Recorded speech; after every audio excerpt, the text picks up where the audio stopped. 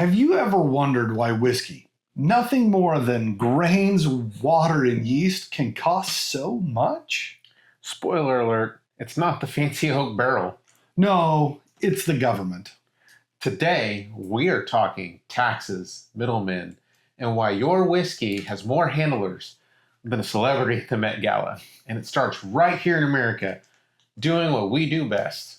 Arguing about taxes.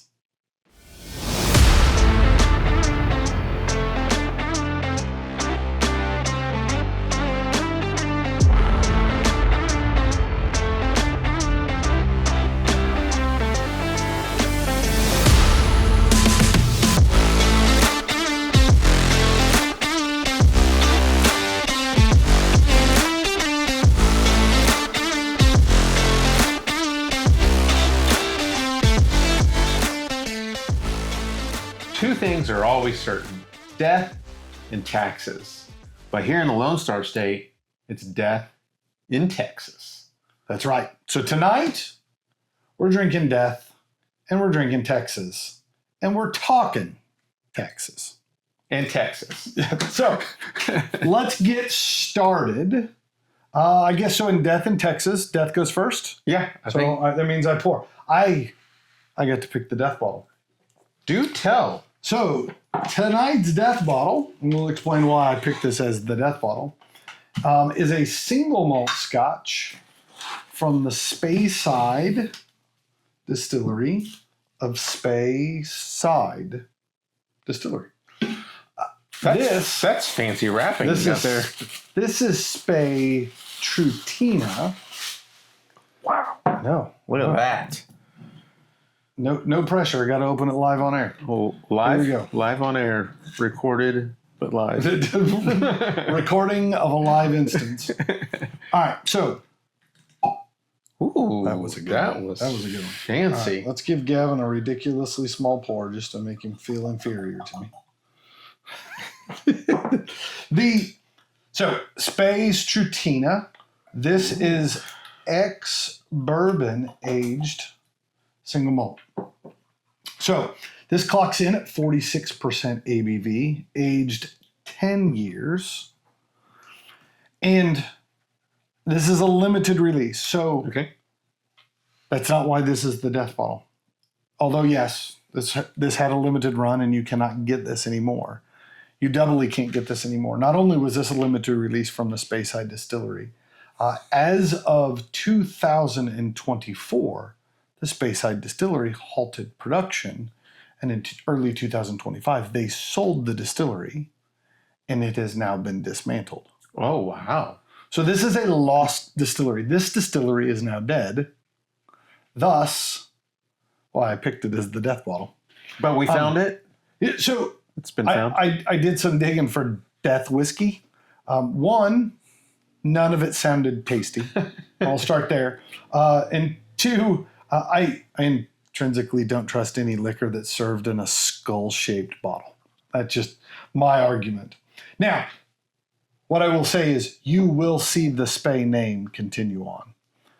The new company that purchased the distillery, which is Glasgow Whiskey, immediately put in request through whatever governing bodies in Scotland to get a new distillery approved. So they have dismantled the old distillery, completely gone, and they're building back what they're describing as a low carbon emission distillery. Okay. So everything about the new distillery is designed to be energy efficient, low impact on the environment. But ultimately what it means is even if you build a new distillery back in the same spot, it's not the same still. It's not the same equipment.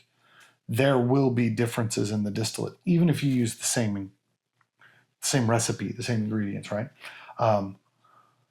As a guy who got big into learning how to cook barbecue, I can watch the YouTube video, but I can't necessarily replicate the barbecue, right? Like it takes some time to get things kind of tweaked in, and ultimately they will never get back to this.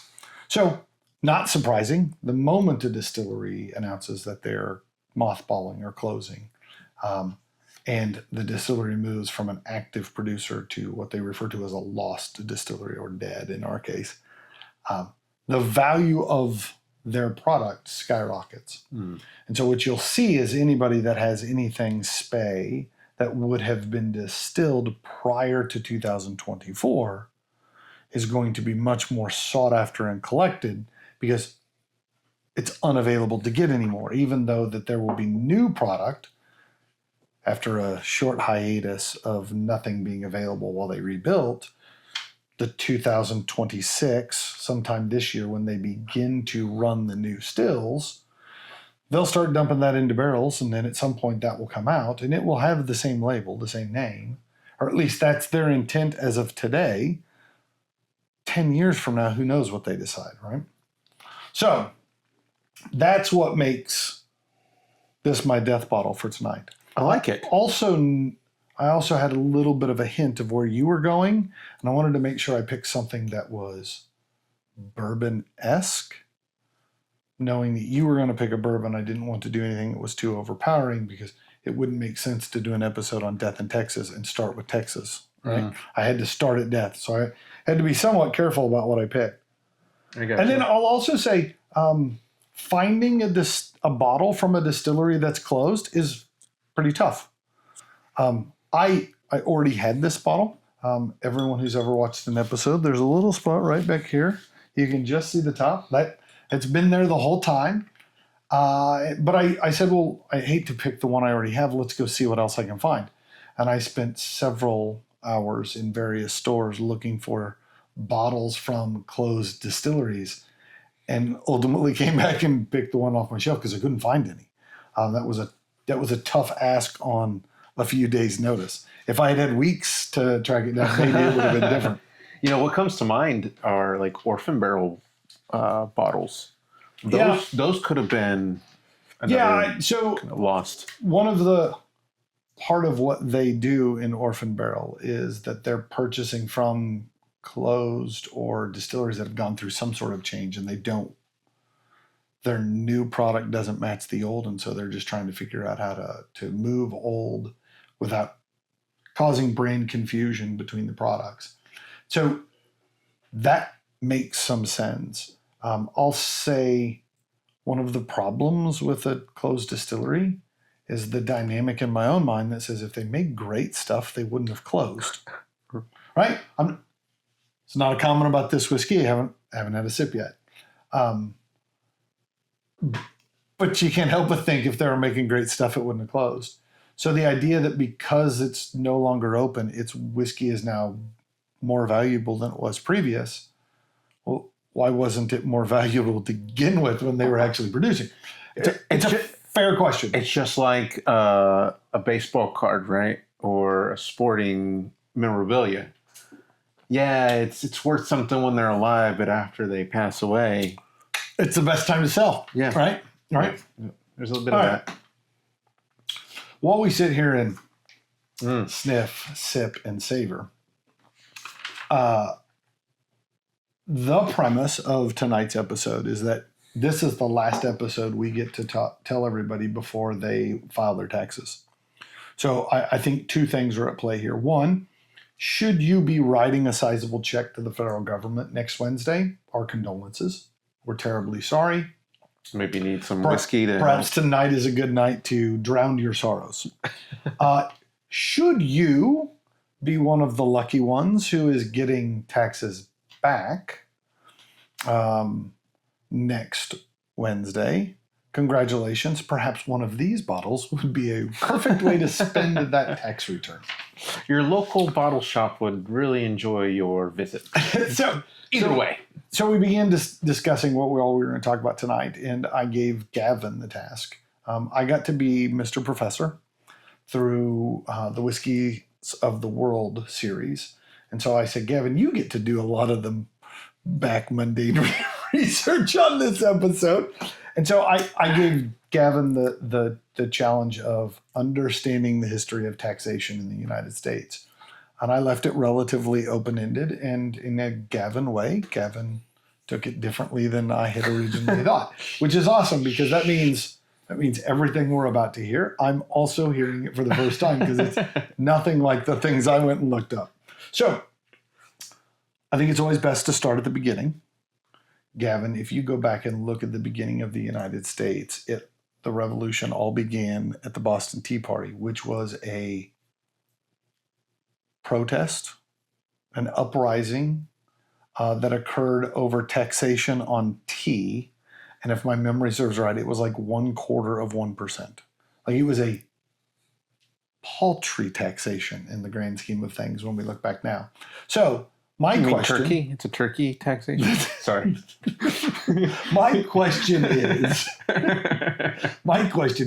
if the United States founded itself on the idea of we don't want even such a minuscule tax on something like tea, how the hell did we find ourselves at a point where April 15th is a date known in infamy every year where we all pay, I'll say, copious amounts to the federal government or state government or city government?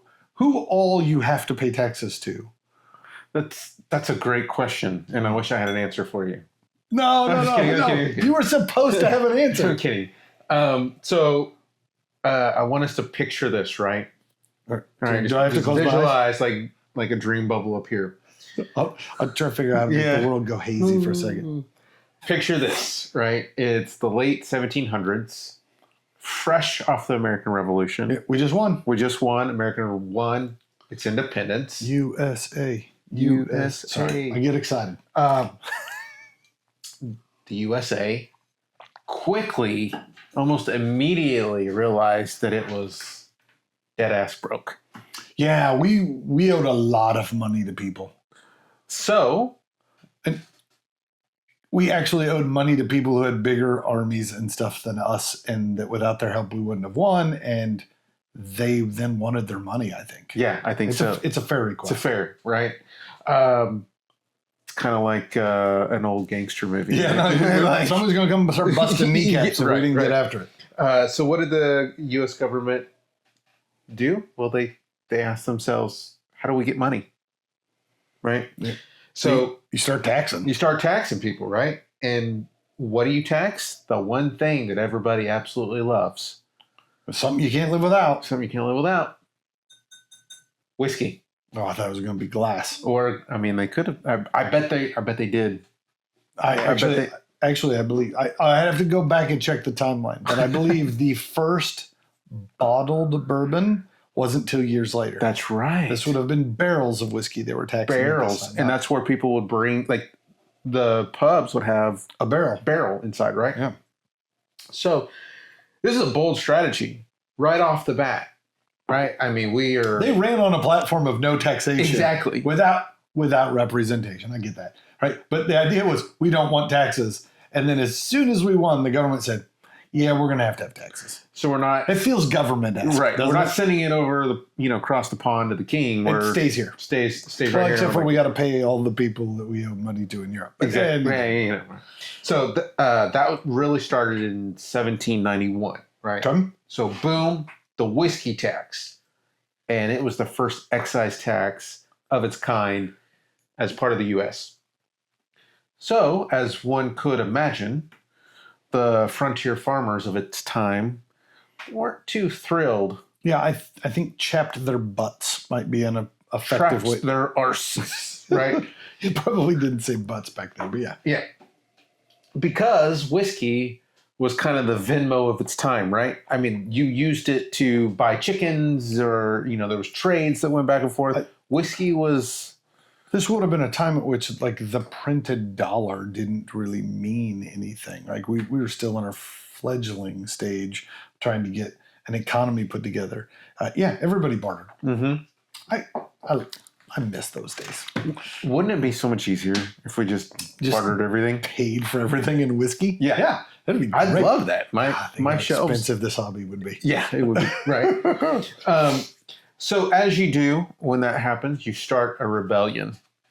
Yep. Right. It's kind of our thing. It's what you do. Rebellion is as American gets. Yeah. American Pie is the second most American thing. Yeah. Rebellion's number one. Yeah. Right. And so this rebellion was not your keyboard warriors of today. It was actual pitchforks. I mean, it was a full-fledged I think, 500 person rebellion in the Northeast. Yeah. If properly done, a 500 person rebellion can have quite an impact. Right, at the time. So, this is also where Mr. the George Washington, shows up. Right? He shows up with a troop of about 13,000 people. That's more than 500. I'm here to help with the math. Right. Guys. I'm here for you. And so he came with an attitude and says, all right, y'all going to pay these taxes or what? Right? Yeah. So still to this day, that is the only time that a U.S. sitting president came out personally And led troops and led troops in. Well, It's pretty interesting, right? against ourselves. Against ourselves. So we haven't come as far as we thought. That's a good point. That's just a little tidbit of... All right, so you mentioned excise tax in that. Yes. I think as part of what I feel like we do here on the Noble Dram is we try to take big things or complex things and break them down into simpler chunks to understand it. I don't know as if I could give a definition of excise tax, which tells me somebody out there doesn't know what that is either. So explain to us, what is an excise tax? Why is it different than any other tax for that matter? The best way to explain it in a very short, concise way is the episode's only an hour, so it's a sin tax. Oh, I'm good at those. So think about things like whiskey and tobacco, kind of things that people might perceive to... Those are two of my favorite sins. Right.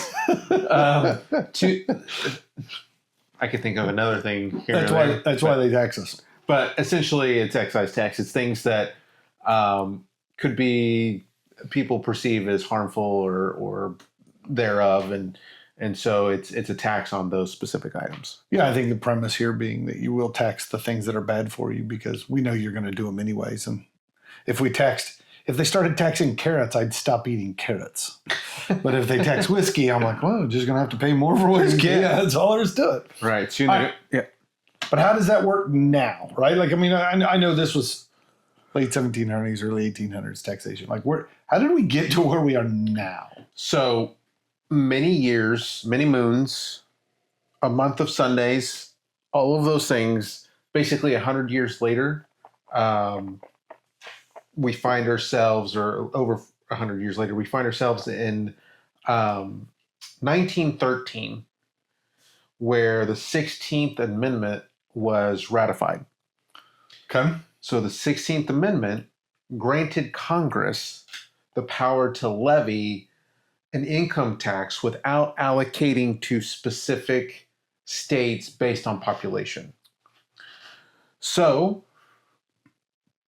prior to 1913, it was tariffs and excise taxes that were being levied. Tariff being a taxation of goods coming in or out of the country. Right.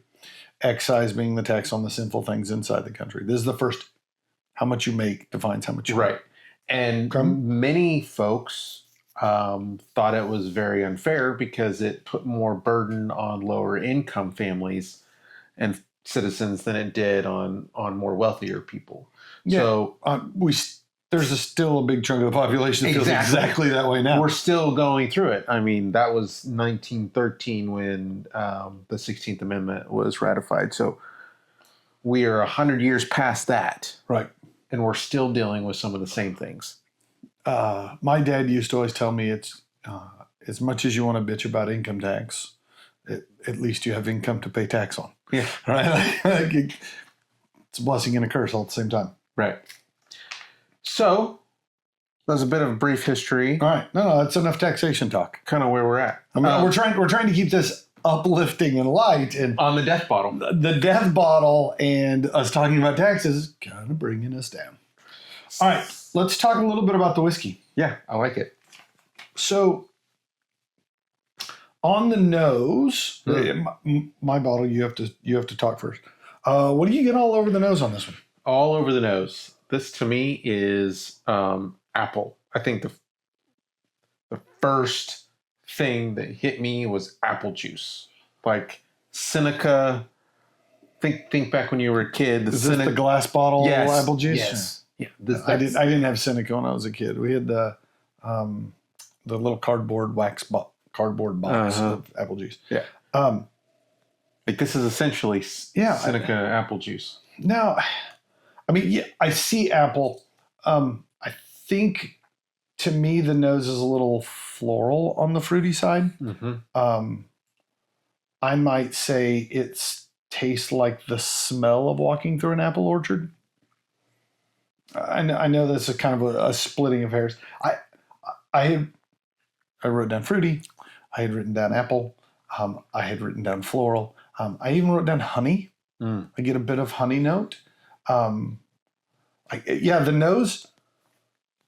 nose is quite complex, but yet very light at the same time. I'll agree with that. I also added there's some butteriness to the nose, and then also grape. I think there's a bit of grape, especially after taking a sip of it. Green grape.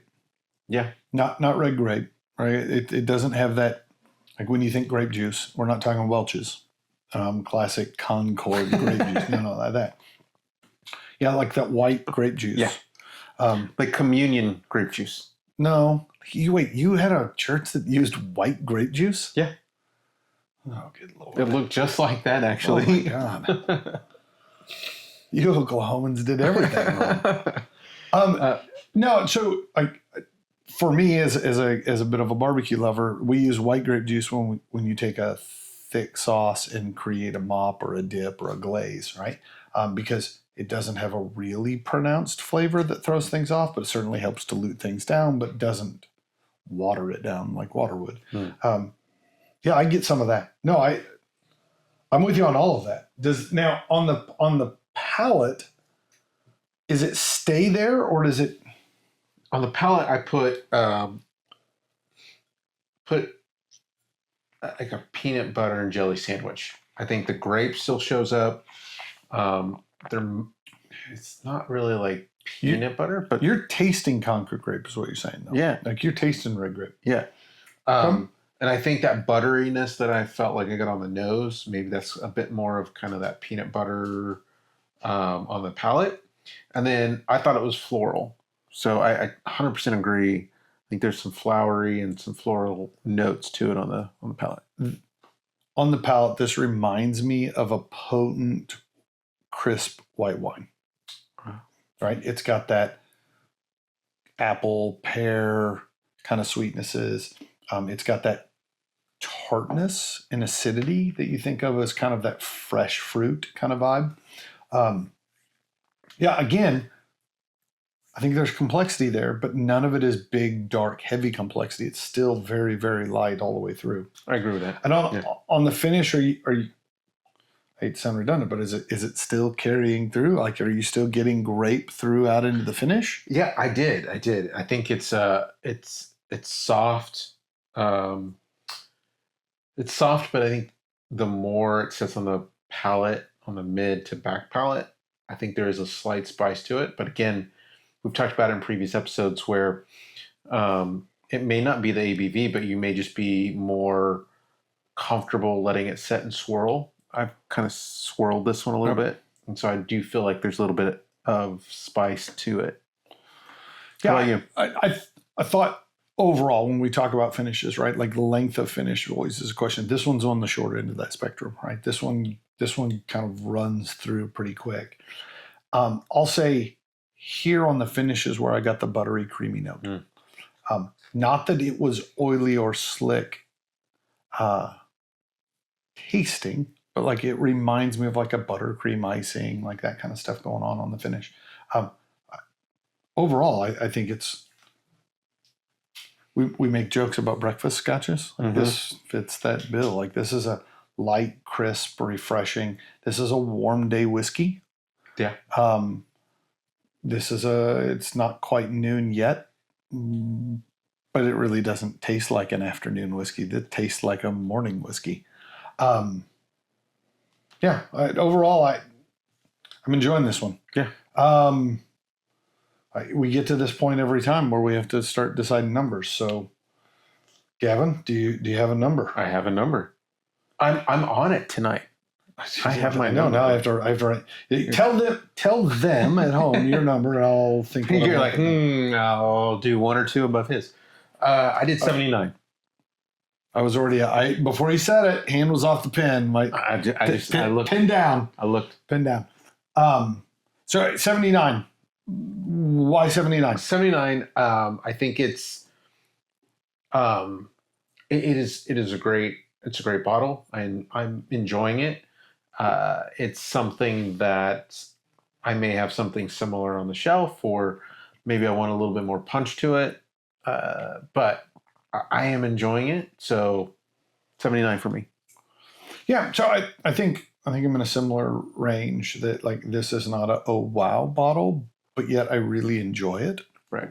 I'm putting this at an 82. I think this makes the collection because I think collections need to have a variety of things. So whether it's this bottle or another bottle, like you need a light, sweet, fruity, florally single malt in your collection, in my opinion. And I think this fits that bill perfectly. All right. So not necessarily my favorite go-to bottle, but I understand the beauty of what this is. This also feels like the kind of bottle that if you're used to drinking bourbons and you like that lighter, sweeter kind of bourbon, especially maybe wheated bourbons, and you're making the jump into Scotch, I think this would be a tasty one to make that jump with. Now that you say that, I think that's a really good explanation. Are you changing your number, or are you staying with? I'm gonna stay the same. I'm teasing. All right. Because I wrote it in pen. I don't know pencil. Just can't do this. Can't put the big X on. Yeah. All right. 79 for Gavin, 82 for me. The Spey Trunia. If you can get your hands on it, highly recommend it. Yeah. Good luck. They haven't made it in a couple of years. They haven't made new in a couple of years. They may still be releasing. What you need to do is go to your buddy's house that has some old bottles. Yeah. And you might find one on the back there shelf. You go. They're down near the floor. Down near the floor. If I could actually talk tonight. So, with that being said, we are going to take an intermission. We're going to finish these glasses, or I am, because Aaron already did. And we've got another special, really fun announcement for y'all. See you in a minute.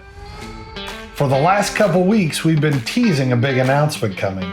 That's right, the Noble Dram has a barrel pick. But we don't half-ass anything here. Not just one barrel pick, we got two.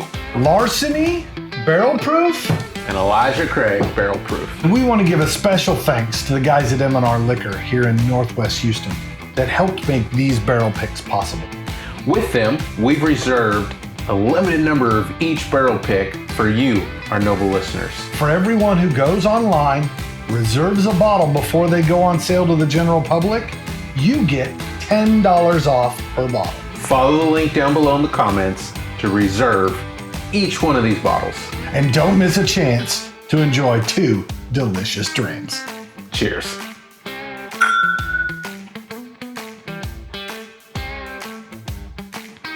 All right, welcome back, everybody. We certainly hope you race out in the links below, get you guys each a bottle. There is nothing we would like more than to sell out all of the pre-reservations for all of these bottles. Because we're huge sellouts, and we'd love to sell it all out. Nothing would make me happier than being a sellout. All right. All right. My favorite part of every episode, it's where Gavin gives me whiskey. All right. That and I'm out. All right. Well, we'll set these to the side here. So, I think that answers our question is what we're toasting the end of the episode with. I'm out. I'm out. So, I'm going to keep that glass within arm's reach just in case I need to pull it back out. I get it. All right. What is the Texas bottle, Gavin? The Texas bottle tonight is still Austin's Bottle in Bond Blue Corn Bourbon Whiskey. I like the way blue corn bourbon rolls off the tongue. Right. Same. May I? You shall. All right. So, got it everywhere. Yeah. You know, it's my MO. It's my shtick. So, Blue Corn Bourbon Whiskey from Still Austin. This is Bottle and Bond. Can you tell us what proof this is? I do know this one. Yeah. I do know this one. Bottled in bond suggests 100 proof. 100 proof. Or For the metric lovers. 50% ABV. This is their winter 2025 edition. Okay. They, or I say they, this is aged at least 6 years. The mash bill, 26% blue corn, That makes sense. 25% white corn, 44% rye. Yeah. Welcome to the rye show. Yeah. And 5% malted barley. Oh, just a minuscule amount of malted barley. So, It's all right. We got plenty of malted barley. I am expecting this to give us a little fire in our mouth a little bit. Yeah, I'm I mean, excited. I don't want to get into what's in the glass until we've had a chance to kind of delve. Oh, further, yeah, for sure. delve further. So, Do we know an aging on this one or no? at least 6 years. Oh, okay. So this Yeah. is a little longer than I expected. Yeah. Right. So Bottle and Bond says at least 4. Mm-hmm. If my memory serves right. Yeah. So we're at least 6. I don't know kind of what all of the range of age that went into this, but we're at least 6 years. Still Austin, as you guessed it, is in Texas, right? Yeah, it would make sense. It would make like it's make not. It's not in Waco. it's not a Waco. It could be. I mean, No, then it would be still Waco. still Waco. Yeah. The question was there did there used to be an Austin distillery? And then people were like, I thought they moved. And they're like, nope, still Nope, Austin. Still Austin. Right. I'm assuming that's a reference to the still in the distillery. Or that Not- it's just a still. It's just a quiet part of town. Yeah. Yeah, maybe. I've been there. It doesn't strike me as a quiet part of town. I won't lie.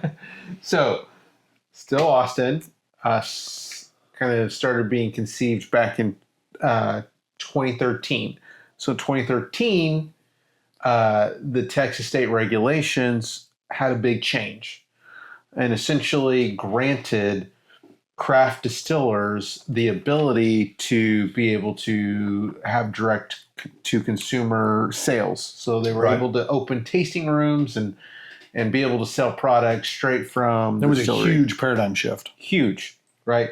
So at that time, that year, the founders, Chris and Cleveland Seals, spent a year, or they started thinking about this, and they spent a year going around and doing a bunch of research and studying different distilleries and all of those fun things to decide if they really wanted to do this based on the new regulations and rules for the state of Texas. So in 2014, the company broke ground on their brand new state-of-the-art distillery.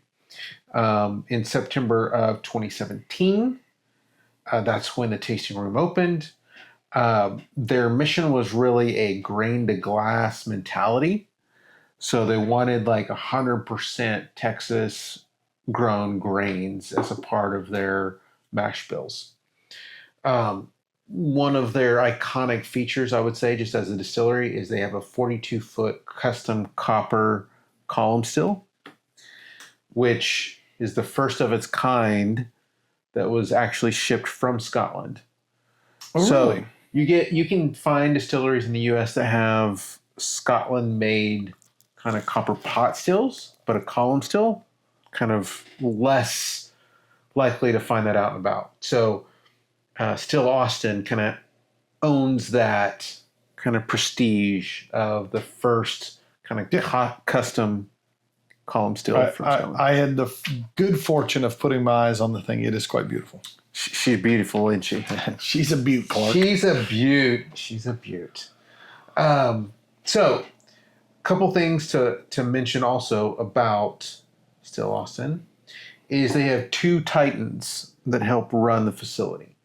And that is Nancy Fraley, the master blender, also, quote unquote, the nose as far as, I think some people consider a certain Scottish gentleman as the nose, but in the U.S., we have our own, and that's Nancy Fraley. Are you talking about Pinocchio? Yeah. Yeah, I get you. Right. And then John Schriepel is the head distiller. And so those two kind of round out, kind of heading the team there. And so Still Austin kind of had this really good fortune of bringing in these kind of titans in the industry to help kind of master the I'd say narrow Texas whiskey market. Okay. Texas, as we've talked about in previous episodes, when you think about like Scottish regions, Texas kind of has that stigma in the bourbon world, right? Because of our aging that happens here in Texas, we have a kind of that rapid aging. We've talked about it in other countries on our whiskeys of the world, where those kind of subtropical or humid regions have a rapid aging. Texas kind of has that same style. Yeah, I would think just now obviously new barrels, refilled barrels, but in this dynamic, this is 10 years, and you could read the newspaper through it. Right. And in 6 years, that's darker than every pair of sunglasses I own, right? Right. So, as just kind of let me get to sipping and sniffing a little bit here. We've talked a lot about taxation. Well, it is the tax day episode. Right. So makes sense. So, I got a couple questions for you. Okay. This is where I get to tell you about all of my this is where internet the sleuthing. professor gets to come back, put your hat and gown on, and I feel like I should put like the crown with the tassel and the whole bit. What color would whiskey expert be? Like engineering was an orange tassel, and different colleges have different colors. I don't know what color a whiskey tassel would be. Tan? brown, Maybe. honey. All right. So, I want to know Okay. if you can tell us basically an overview of the three-tiered system. When we talk about whiskey, I hear a lot about the three-tiered system, and I think there's a little bit of funness that happens. Can you give us a background of that? Yeah, I don't know about your definition of fun, but I can certainly talk about the three-tier system. So the three-tier system really breaks down into, ironically, 3 tiers. It makes sense. I think that's where it got its name. So you have the first tier is producer, right? That could be either a distillery, it could be a blender or a rectifier, right? Somebody who's creating bottles of other people's distillate, independent bottlers or importers for that matter. Anybody who brings the spirit in or produces the spirit. That represents tier number 1. Tier number 2 is the distributor or wholesaler. They're the ones who purchased from the manufacturer or the producer, then warehouse, distribute, and market, right? They're the salesmanship in that system. Then they turn to and sell that to the 3rd tier, which is the retailers. And in the world of taxation, there's tax at every position. Holy smokes. So there is tax that is paid by the distillery for producing whiskey. There is also tax that is paid based upon the age of the barrel. We talked a little bit about in our Bottled and Bond that one of the perks of a bonded warehouse, because it's government run, you don't have to pay tax every year. You only have to pay tax when you take it out. But you do pay tax based upon how long it had been in the barrel in the warehouse. But the producers pay tax. They then turn and hand that whiskey off in bottles to the wholesalers to then distribute. It is the wholesaler's responsibility to pay all of the necessary federal, state, local, municipality, whatever tiers, excise taxes. That is handled by the wholesalers. Then, once it shows up on the shelf at your local store, and you pay for it. In Texas, like I believe most states, you then pay sales tax on the purchase transaction, just like you do any other good or service that you pay for at the final bill of sale. So we get production tax, we get distribution and handling tax, and then we then get sales tax at the end. So there's quite a bit of taxation that occurs. So the thought of the three-tier system actually didn't arrive until post-Prohibition. One of the problems pre-Prohibition was the concern over quality and safety of products that were making it onto shelves. And there was no guarantees, and there was a very difficult way to track who had produced what, where it had come from, how it had gotten to the retailer, because it was the Wild West. Additionally, who was supposed to be paying tax, right? Like that was another part. And so the thought was when Prohibition was repealed and they created a new system, they said, okay, we'll come up with a way in which there's very clear responsibilities of who is to pay what tax, so that the federal government can get their appropriate funds from it. Because the government doesn't do anything without figuring out a way to take a cut. The ironic twist is three-tier system is not a federally mandated system. It was proposed at the federal level, and then every state or jurisdiction, whether that be the county or the municipality or the state in general, was allowed to then adopt their own system. All of the 50 states use a three-tiered system in some way, shape, or form. There is some subtle differences, but just understand, not a federal system that is in place. It's a state-to-state system. So the rules in Texas are different than the rules in Oklahoma or Kansas or wherever else. So one of the first caveats in most states is that you are not allowed to have ownership in more than one tier. So if you own a retail store, you cannot then also own a portion or all of a wholesaler. The intent there is trying to keep you from monopolizing the industry, right? A vertical. So that's kind of where the three-tier system, kind of where it came from, what it is, how it's set up. Let me ask a question. Okay.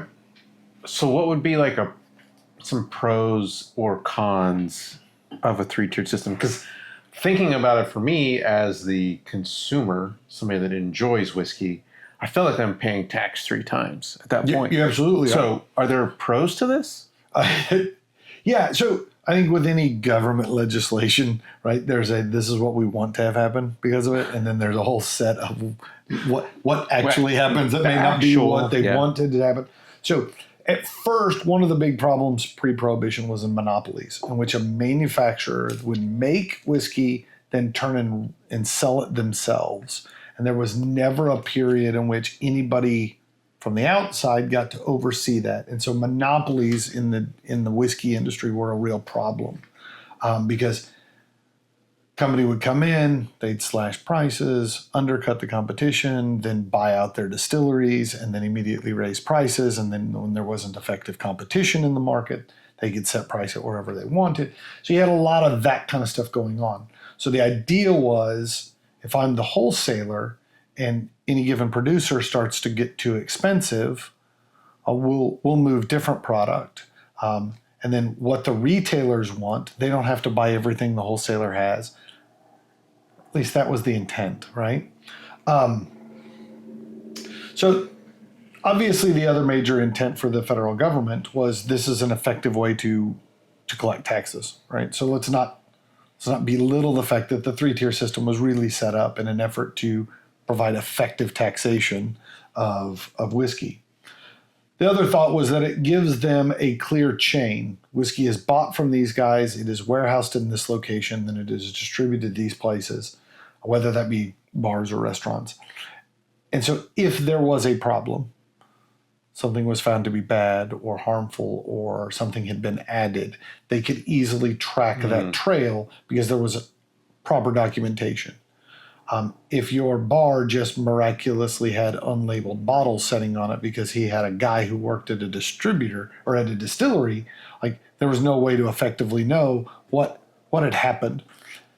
Also understanding that part of the fear coming out of Prohibition was all of the horrible things that happened during Prohibition, in which people would water down and mix in inferior or harmful stuff to their whiskey in an effort to stretch it, right? So they're trying to control as much of that stuff as possible. Now, the truth of the matter is pros and cons, right? Once I create a 3-tier system, the producer needs to make profit. There's profit there. There's also taxation there. Then that product goes to a wholesaler. That wholesaler needs to make profit to stay in business. So there's a profit there. There's also excise tax there. Then that bottle makes it onto the retail shelf. Well, the retailer needs to cover his cost and overhead, so there's a markup there. His profit. There's sales tax. So it can be sometimes 2 to 3 times the cost by the time it gets to the end of the line as it did when it left the distillery. So there is cost associated with it. So that's probably the first big downside. Number 2, go back to pros and cons. The thought was if a wholesaler can then bring in lots of different brands, he is not beholden to what the producer makes, right? He can buy from multiple producers and then provide the local retailer an opportunity to purchase things. So the thought was this gives them a large market in which to small businesses, small distilleries to then make it onto the shelves. The truth of the matter is now the wholesaler becomes that pinch point because he is ultimately the person who runs ads and is the sales force creating demand in a market. If they decide to shelf a brand, that brand really struggles to find its way onto retail shelves. Even to the point that some wholesalers will bid on the rights to import a producer and then don't actually purchase from it, but they own the rights to it so nobody else can sell it as competition to them.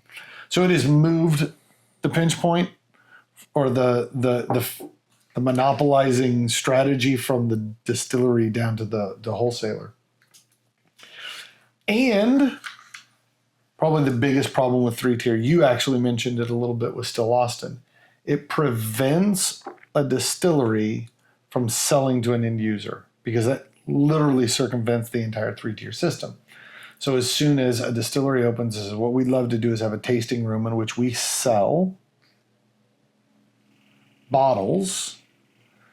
The wholesalers and the other retailers in the market immediately say, no. The law says you have to do it through us. So most distilleries in which you go to and purchase a bottle, there's a reason you go into a separate gift shop. The gift shop is owned independent of the distillery, and the gift shop has to purchase the bottles they sell from the wholesaler. That's why bottles at the distillery are the same price as you can get them anywhere else, right? Because it's gone through the same channels. It just happens to be at the distillery that you purchased it, but you still bought it through the 3-tiered channel. So it also has created a little bit of complexity because a lot of these contracts between producers and distributors are territorial specific. So I don't want you being able to ship whiskey from Kentucky into Texas because I have the rights to sell in Kentucky or in Texas, not you. So if you do, it's got to come through me, and that you get into a lot of that kind of stuff, which ultimately hinders some smaller distilleries that can't afford a significant amount of expenditure in sales in order to get to market. So some of the pros actually ended up being some of the cons, right? The way things work. So I want to touch on something that you mentioned. You mentioned states having maybe different, or depending on the state, it may be a little different. Absolutely. There are states which we refer to as open states. Right. And there are states we refer to as control states, which actually throw another monkey wrench into the 3-tier system. That I think probably is worth mentioning, right? So in an open state, Texas happens to be an open state. Wholesalers buy direct from producers and sell to the retailers. And what makes it to the market is controlled by the wholesalers bringing stuff in and reselling. There are control states. The one that jumps to mind, I have family that live in Utah. Utah is run by the ABC, the Alcohol Bureau Commission, or Beverage Commission, I'm sorry. In that state, the wholesaler is the state. It is a state-run agency. And so the thought there was the state can then control, in the world of fairness, can control what is available to which retailers, so that way there isn't favoritism played. And the truth of the matter is, that does exist in an open state, right? Our local bottle shop, he often laments about the fact that there are bottles that you see available on big box retailers that when he calls the distributors, they say they're not available yet. Not the way the letter of the law is written, right? The letter of the law says that if he wants to buy it and they want to buy it, they should both have that opportunity. But the reality is, first come, first dibs, right? And they buy it all. Well, if we had more, you could buy it, but we don't have any more. They already bought it all. That kind of stuff plays. When we get into allocation talk, the idea of points, that as a retailer, you've bought so much of this distillery's products, which means you're not eligible to buy other stuff. Like that is, again, some sort of structured way in which limits the free market of movement of products. The idea here is in a state-run or a controlled state, the state manipulates some of that to try to control it in the name of fairness and equity. Quite often, control states also have minimum pricing, maximum pricing. So what tends to happen in control states is, because things become a little bit more available on a wider range without point systems, and you can't charge secondary prices, you can find deals on really good bottles. The problem is they're very difficult to get a hold of. Or some states, I believe Virginia is an example, they actually run lotteries for allocated stuff, and you will purchase it through a retailer, but you enter the lottery at the state, and when you win, then they ship it to your retailer and you can go pick it up, or you go pick it up from one of their facilities. It's not uncommon for some states to say, well, spirits are state controlled, but beer and wine are not. So like every state is a little different. Yours might be different. I'm not going to suggest you drive across the state line because it gets into a whole bunch of different rules. It's like Smokey and the Bandit. So it's probably supposed to get into, but yeah, if you live close to a border, you know which state gives you a better option at getting things. So there's ways to play this in an effort to try to get what you want with the best deal possible. Is there a right system? No, neither of them are perfect. The 3-tier system has distinct drawbacks, but does have advantages, right? So there's a little bit of, you take the good with the bad. As you do. The best way to put it. Yeah, as you do, right? All right, I want to talk whiskey, though. Yeah. Sorry. The thought when we started the episode is that we wanted to talk about taxation, right? Because it was tax week, and that made sense. And that kind of pushed us into, well, you can't really talk taxation without understanding what the 3-tier system was. And so that's where the tiers and taxation conversation kind of came from. Tiers and taxation. Actually, taxation normally causes tiers, but it's a different spelling. I'm glad you caught on where I was going. I remember when I used to get taxes back, and I was like, man, this is amazing. And then somebody pointed out, that was your money all along. Yep. And you're like, you should figure out how to not pay taxes. Or get to a point where you don't get a refund because that means you got it all along. And I'm like, oh, no, I'm going to figure out a way to pay taxes every year. It still makes me sad to have to cut a check. Yeah, I agree. All right. Back to the whiskey. You've done a lot of time. You couldn't have come up with 2 different bottles. Yeah, 100%. Right? Like, these are 100%. all the way across the spectrum from each other. I mean, one being Scotch and one being bourbon. But there were things about this Scotch that wasn't prototypical Scotch, but hinted a little in the bourbon world. And so there was a chance that your bourbon kind of, like they were kissing cousins, so to speak. Cousins. No. Not at all. No. Not at all. And I'm glad we did it in the order that we did. I mean, yes, proof points. This is a little lighter. Not too much. I was actually worried about this. Were you? Well, in general, you tend to start with sweeter and move towards spicy, bolder. Yeah. My fear was that the bourbon would be the sweet one and the scotch would be the bold. Oh, it's exact opposite in this instance. Nope. Yeah, so, I mean, right off the bat, you look at it and you see dark. And so it is not surprising that when you put your nose in that glass, it is dark caramel. It is brown sugar. There is charred oakiness all over the nose of this. I have historically been hard on Texas whiskeys. That's the stigma we've been talking about a little bit. I'll say, in my mind, justifiably, rightly so, right? That you are either young and appropriately oaked or mature and horribly over oaked. This one really flirts with that line and that balance between the two. I don't think it noses young. There is a youthfulness in it, but not quite young. There is an oakiness in this, but I think it is really well balanced with the caramel and the sugary bits to it. So it's not just dry oak. It doesn't taste like an off toothpick. So on the nose, I think there's a buttercream icing kind of thing that happens.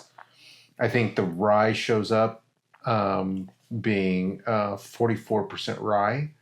I think that spice kind of comes out even on the nose. I think there's a syrupy kind of note to it as well. Like, we talk about breakfast scotch and we don't really talk about breakfast bourbon so much. It rolls off the tongue a lot, but this has got a bit of, like, you put honey and maple syrup in a saucepan and then boiled it down. Like, it is much more aromatically punchy. I don't know if that's the right way to word that, but it's got a lot more going on the nose, but it feels like a much more compressed version of more traditional, I'll still say dark sweetness, but it had really been fortified. yeah, I could track with that or trail with it. On the palate, do you think it tracks? So we've all had a creme brulee in which the crust on the top, not the custard, but the crust on the top, got the torch just a little bit too long, right? It has really gotten dark. This has got that dark, flirting with the edge of burnt sugar kind of thing on the palate. You said buttercream. I'm not getting a creaminess to this. I expected, with this much oak on the nose, there to be heavy vanilla notes on here, but I don't know as if I get a ton of vanilla. It's there, but that kind of dark sugar, charred sugar note is the most prominent flavor on the palate for sure. I think there's some caramel chew to it. I also put pecan, and I think it's like a pecan pie where you get that crust and you get that caramelization, kind of that front top part of a pecan pie. I think that's kind of where I'm sitting on the palate. Like that point on a pecan pie where the crust and the goo have come together and that thin little ribbon of goo has really dried out. It's like almost chewy. Yeah. Well, I'll get you there. On the finish, are you thinking? What are you thinking? So the Spey was incredibly short compared to Still Austin. That finish really carries. You're flirting with the medium long to long kind of range in my mind. I'll say there is a moment in the finish that you said pecan, and it's the sharp kind of almost bitterness of a pecan that shows up relatively early in the finish. but it fades quickly, and then like the soft sweetness comes roaring back. Like even still, as we sit here, I'm several seconds after finishing a sip, that the sweetness really, really carries in that finish. That's nice. Yeah. I'd say the finish might be my favorite part of it, just because it's got a little story to tell as it goes along. As they all do. No, like the Spey's finish didn't. The Spey's finish, not to harp on it, but it was a repeat of what we'd had, right? Like the Still Austin. I mean, the sweetness was there, but this is different than it was before. This is a little softer, milder sweetness. Some of the oak char, that burnt wood kind of thing, is gone by the finish. You got that kind of sharp pecan thing, and then it, yeah, like if you ate the pecans off the top of the pecan pie, so there's just a little bit of goo stuck to them, but like not the whole amount of goo. Yeah, yeah. I agree with everything you said. I think it's a medium to long finish. Originally, before the pecan showed up for me, there was like a cherryness, and so I put cherry pie. But I think it's really the pecan. There's a viscosity to this one that did not show up in this. Like this was very light and floral. This is viscous, medium to long. I think to go back to like the pie reference, I put graham cracker. There's a bit of that graham that I get from it. Also, I've been eating a lot of graham crackers lately. So it's a perk of having a little kid. Yeah. So yeah, mine are all much older. We don't eat a lot of graham crackers right now. We're on a graham cracker kick right now. So there are worse things to be. Good point. Good point. All right. Should we give it a number? I think so. So my bottle, you go first. Sometimes we do this, and I emphatically write down a number. Like I'm like, yep, got it. Uh-huh. And then sometimes I write a number, and I'll go, maybe it should have been a different number. So I wrote 83, and then I started thinking about it, and I was like, 84. All right, 83 and a half. Oh, we don't half. We don't do halves very often. So what I will say is I have historically really enjoyed Still Austin. Amongst all of the Texas-made stuff, they do things a little different than everybody else, and I like what they do different. There are other Still Austins that I actually like better. Okay. This one is a little too heavy in the burnt sugar notes, right? That this doesn't have some of those other soft vanilla kind of things that I look for. Maybe that's the rye showing up in there, right? And being that kind of sharp spiciness. But considering how heavy a rye it is, I thought the corn covered the rye pretty well. So yeah, I think this is is it worth having on the shelf? Absolutely. I think this is a tasty one. If you were asking me, I got a buddy who's never had Texas whiskey before, what should I give them? Still Austin would be on my list, right? It would be the place where I'd start. And I think this is a fair representation of what that kind of hot Texas climate produces in a whiskey without being off-putting in that regard. So 83 and a half for me. All right. I'm going to jump it up a little bit.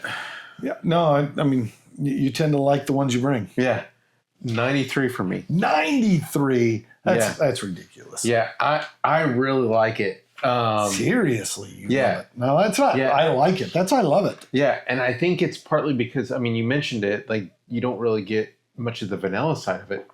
I mean, I put buttercream in there, but on the palate and on the finish, I don't really get a lot of it, a lot of the vanillins, which I think is what's intriguing on this for me, is it's not something that I have on my shelf very, very often.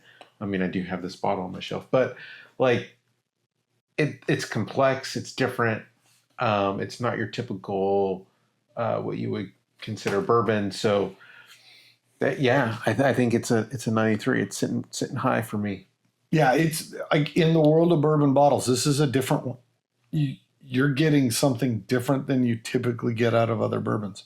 Yep. Which is always a fun thing to put into the collection, or certainly put into a tasting like this. I appreciate it.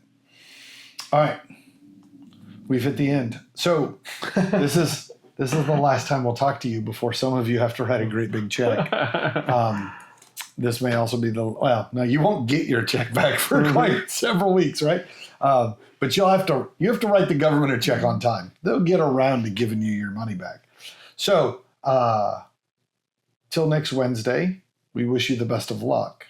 Till next Thursday, cheers. And Slanjava. We want to thank you, our noble listener, for joining us. We believe each whiskey has a story, and so do you. So give us your thoughts by leaving a comment. And if you have a whiskey you'd like to see us share, let us know. You don't want to miss a single episode, so subscribe to our YouTube channel. And make sure to like and follow us on Facebook, Instagram, and TikTok to stay up to date on the Noble Dram. And if you find watching us difficult, you can always listen to each episode on Apple Podcasts and Spotify. As always, be noble and enjoy your dram responsibly.